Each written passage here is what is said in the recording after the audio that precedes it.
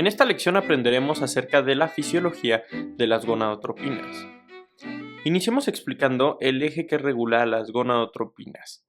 Empecemos con la parte del hipotálamo, pues el hipotálamo, específicamente en un par de núcleos, que es el núcleo preóptico y también el núcleo arcuato, se encarga de la producción y liberación de GnRH, que es la hormona liberadora de gonadotropinas, y este es un decapéptido de naturaleza pulsátil. Esto es muy importante, que usualmente se secreta de manera pulsátil.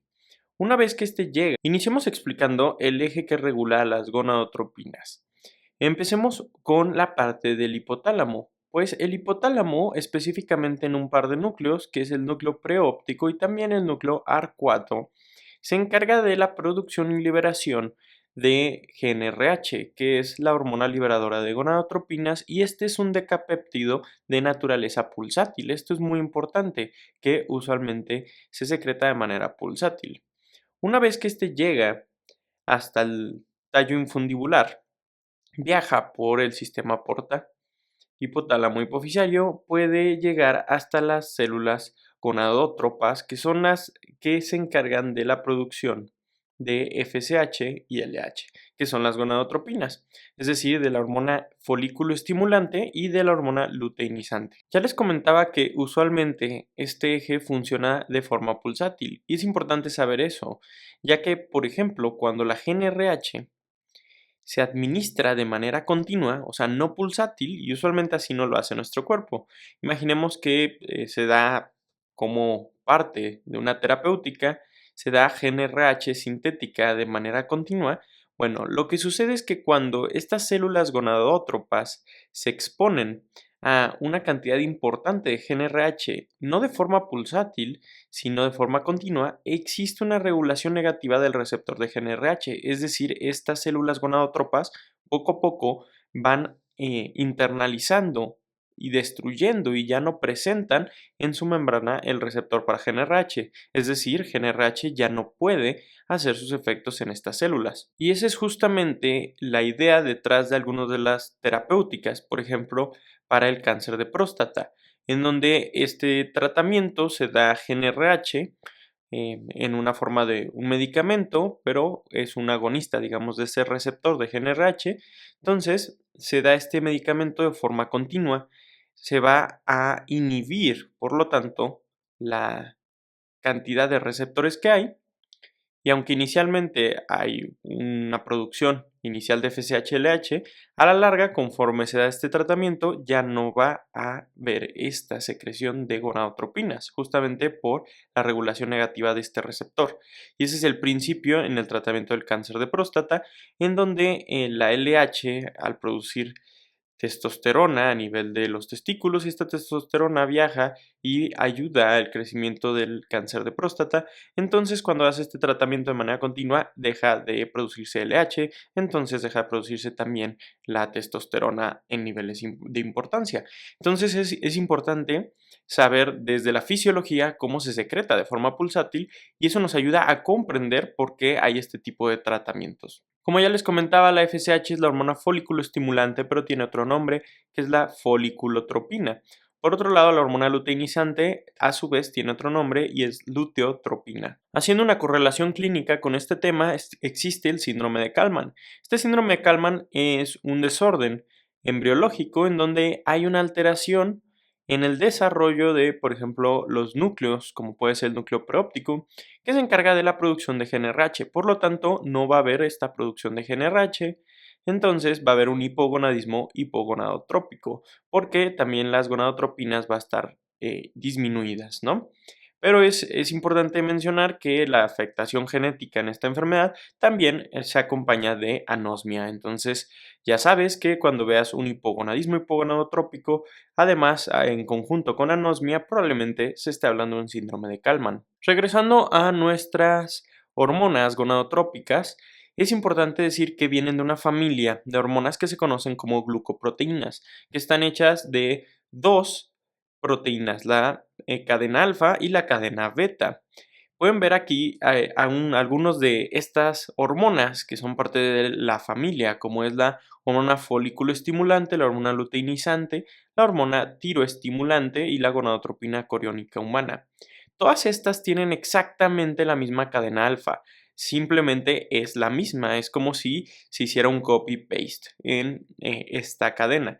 Sin embargo, la cadena beta es la que le da su afinidad más especial para su propio receptor y ayuda a que hagan sus funciones, o sea, es decir, esta cadena beta que tiene la TSH hace que se vaya y se una al receptor en las células foliculares de la glándula tiroidea para aumentar la función de las tiroides. Y por otro lado, la cadena beta de la hormona luteinizante es distinta para que vaya y haga sus funciones a nivel de las gónadas. Sin embargo, como guardan cierta correlación, es importante destacar que cuando aumentan en niveles bastante importantes, aunque tienen menor afinidad por los receptores de las otras hormonas, pueden hacer algo de estos efectos de manera cruzados.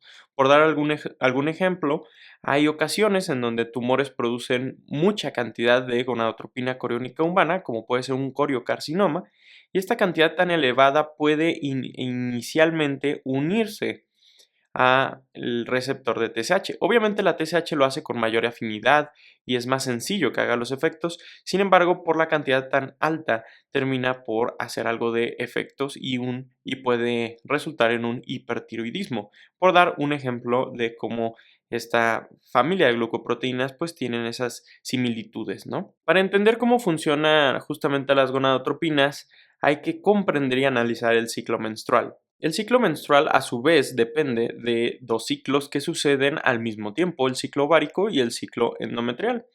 Entonces, pues, la primera parte del ciclo ovárico se le conoce como fase folicular. Y aquí lo más importante que sucede es la foliculogénesis, es decir, un folículo va a empezar a madurar pasando desde un folículo primordial, después a primario, secundario, avanzando hasta que se termina por ovular, ¿no? Justamente el ovocito, como pueden ver en esta imagen, cómo va avanzando ese folículo. Al mismo tiempo, en el ciclo endometrial, lo que sucede es que los primeros días del ciclo menstrual están identificados o determinados por justamente el sangrado de la regla. Después va a iniciar esta fase proliferativa, que es estrógeno dependiente, es decir, los estrógenos que se van produciendo sobre todo a nivel de estos folículos que van madurando, son los encargados de al final ayudar a que el endometrio prolifere y vaya creciendo para poder albergar lo que posible y potencialmente sería un embarazo, ¿no? Entonces, después de la ovulación, que es por ahí del día 14, esto pensándolo en un ciclo menstrual de 28 días, porque en realidad hay que saber que no todos los ciclos menstruales obviamente van a durar 28 días, pero en general esta segunda parte es mucho más regular, es decir, casi siempre dura por ahí de 14 días. En realidad lo que tiende a acortarse o alargarse es la fase inicial, esta fase folicular. Entonces, después de esta ovulación, en el ciclo ovárico da pie a la fase lútea, que característicamente es gracias a la formación o la característica más importante es la formación de este cuerpo lúteo que empieza a producir progesterona en cantidades cada vez más importantes. Al final, si no hubo un embarazo, sucede la degeneración de este cuerpo lúteo y pues va a suceder otra vez el ciclo, ¿no? Se empieza de nuevo. Al mismo tiempo de la fase lútea, en el ciclo endometrial sucede la fase secretora. Hablando acerca del folículo, aquí tenemos una imagen de un folículo ya bastante desarrollado justamente antes de la ovulación. Tiene varias partes, pero lo que les quiero destacar es que, bueno, aquí podemos ver al ovocito y hay un grupo de células bastante importantes en la función de estos folículos porque son aquellas que responden a las gonadotropinas. Y es que inicialmente esta delgada línea que pueden ver aquí se conoce como células de la granulosa. Después hay una línea que sería la membrana basal, y afuera de esto estarían las células de la teca, que bueno, en un folículo más desarrollado se divide en teca interna y teca externa. Pero lo importante aquí es que las células de la granulosa tienen receptores para FSH y para LH, mientras que las células de la teca solamente tienen para LH. Y esto es muy importante para comprender sus funciones porque, como veremos, la FSH, el efecto que hace en las células de la granulosa es que ayuda a la posible producción de estrógenos. Y justamente como las células de la teca no tienen ese receptor para la FSH, estas no producen estrógenos. Entonces veamos qué efectos tiene justamente la FSH y la LH, principalmente a nivel de los ovarios. Y es que la hormona folículo estimulante, como lo dice su nombre, va a ayudar al desarrollo folicular, a esta maduración del folículo que tiene pie antes de la ovulación. Pero como lo habíamos comentado, la FSH va a ayudar también a la producción de estrógeno desde las células de la granulosa y este mismo estrógeno ayuda también a este desarrollo del folículo. Es decir, requiere de este estrógeno y requiere de la FSH y en conjunto ayudan al desarrollo folicular. Por otro lado, la hormona luteinizante es importante porque a la mitad del ciclo hace un pico que induce la ovulación y asimismo ayuda a que el cuerpo lúteo funcione y produzca la progesterona, sobre todo en esa segunda fase del ciclo ovárico, que era la fase lútea. Aquí podemos ver de mejor manera, sí, detallada la vía biosintética para la producción de estradiol, que es un tipo de estrógenos.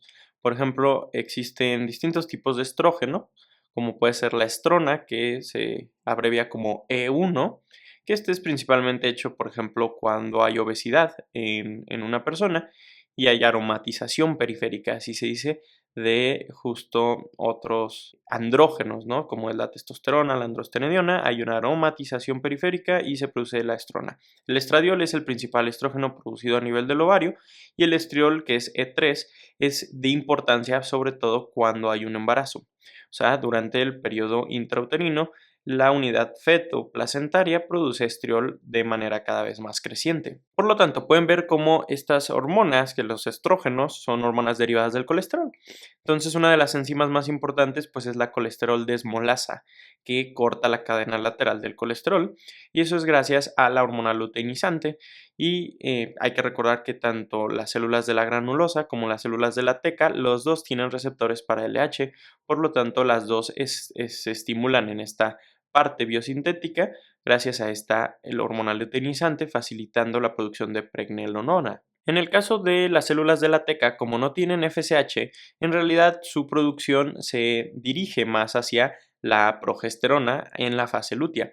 Sin embargo, en la parte inicial del ciclo ovárico, es decir, en la fase folicular, las células de la teca van a principalmente hacer algunos andrógenos, que después estos andrógenos localmente difunden a las células de la granulosa y estas, como sí tienen el receptor FSH y entonces pueden inducir esta enzima que se llama aromatasa, es entonces pues que hacen este cambio a estradiol. También las células de la granulosa tienen esta 17 beta hidroxiesteroide deshidrogenasa para justamente producir el estradiol, mientras que puedes ver cómo aquí las células de la teca solo podrían llegar hasta esta sección, ¿no?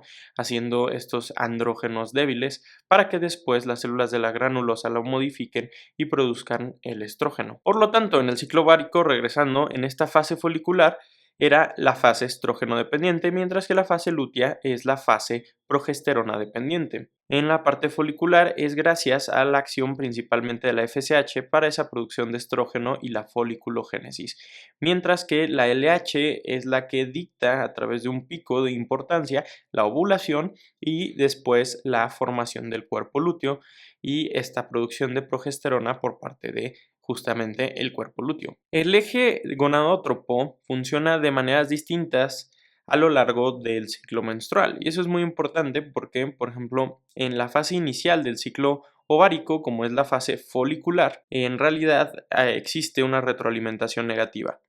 En esta fase folicular, el hipotálamo secreta GnRH, va a la pituitaria anterior que secreta LH-FSH y los ovarios secretan, bueno, en este caso sería sobre todo estradiol, ¿no? O sea, porque la LH va a aumentar la producción de progesterona y es de mayor importancia, pero en la fase lútea, al último del ciclo menstrual. Entonces, en esta parte inicial, este estradiol regresa a la pituitaria anterior y hace una retroalimentación negativa, al igual que a nivel del hipotálamo. Sin embargo, en la parte media del ciclo sucede lo contrario y hay como un cambio hacia una retroalimentación positiva. Es por eso que ahorita vamos a ver cómo existe un pico agudo y veloz de FSH y LH en este punto. Y ese pico de LH es el que ayuda a justamente que ocurra la ovulación y hacia el final del ciclo regresa a una retroalimentación negativa que es dominada sobre todo por la progesterona. Otra manera en la que hay retroalimentación negativa es a través de la activina y la inhibina, que cuando la FSH hace su función a nivel de las células de la granulosa, se van produciendo estos mediadores que pueden ir y hacer una retroalimentación negativa o positiva en la parte de la hipófisis anterior. Es mucho más claro en esta imagen del libro de fisiología de Boron, donde pueden ver cómo aquí está el ciclo endometrial, que es menstruación, proliferativa y secretora, mientras que aquí está el ciclo ovárico, ¿no? Fase folicular y fase lútea. Pueden ver cómo en esta sección de la fase folicular, inicialmente sigamos, por ejemplo, la línea de FSH y LH, que son este par. Vamos a ver cómo va a ir aumentando poco a poco, sobre todo la LH, hasta que hay un pico bastante importante y esa es la retroalimentación que les comentaba. En realidad pueden ver cómo en esta sección es el estradiol, justo esta parte de color azul, va subiendo poco a poco, poco a poco, poco a poco y después tiene también este pico. A su vez podemos estudiar cómo la progesterona en realidad no aumenta tanto hasta fines de la fase folicular y después en la fase lútea es donde domina y en donde el estradiol se vuelve un poquito más secundario. De hecho, no hay muchos sistemas de retroalimentación positiva en nuestro cuerpo porque en general tienden a ser bastante poderosos, digamos, o como se autoamplifican. En realidad no lleva a mucha homeostasis y no hay muchos sistemas fisiológicos que tengan retroalimentación positiva. En realidad, en la mayoría de los sistemas endocrinos domina la retroalimentación negativa. Otro ejemplo de retroalimentación positiva es el reflejo de Ferguson al momento del parto con la oxitocina, donde ésta produce contracciones uterinas que hacen más dilatación cervical y la dilatación cervical produce más oxitocina, lo que lleva a una retroalimentación positiva que va a terminar con el parto transvaginal del bebé. Ahora cerrando con, ya estuvimos hablando mucho acerca del efecto de las gonadotropinas a nivel del ciclo ovárico y demás con la mujer, ahora vamos con los hombres. Y es que en este caso la FSH va a funcionar principalmente en una subpoblación que se conoce como las células de Sertoli. Estas producen inhibinas que funcionan un poco ahí para la retroalimentación negativa. Pero lo importante es que la FSH, al actuar sobre las células de Sertoli, estimula la espermatogénesis.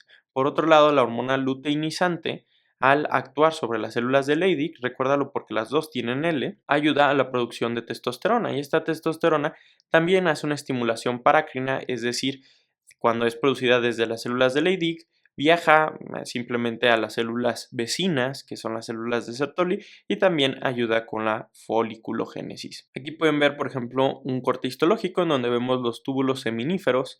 Algunas de estas células que se ven con núcleos bastante grandecitos serían las células de Sertoli, y aquí podemos ver algunos espermatozoides que van madurando, justamente con estos núcleos alargados que, como les comentaba, las células de Sertoli dominan o su función principal es ayudar en la espermatogénesis. Y entre los túbulos seminíferos, podemos ver aquí otro túbulo seminífero y aquí uno.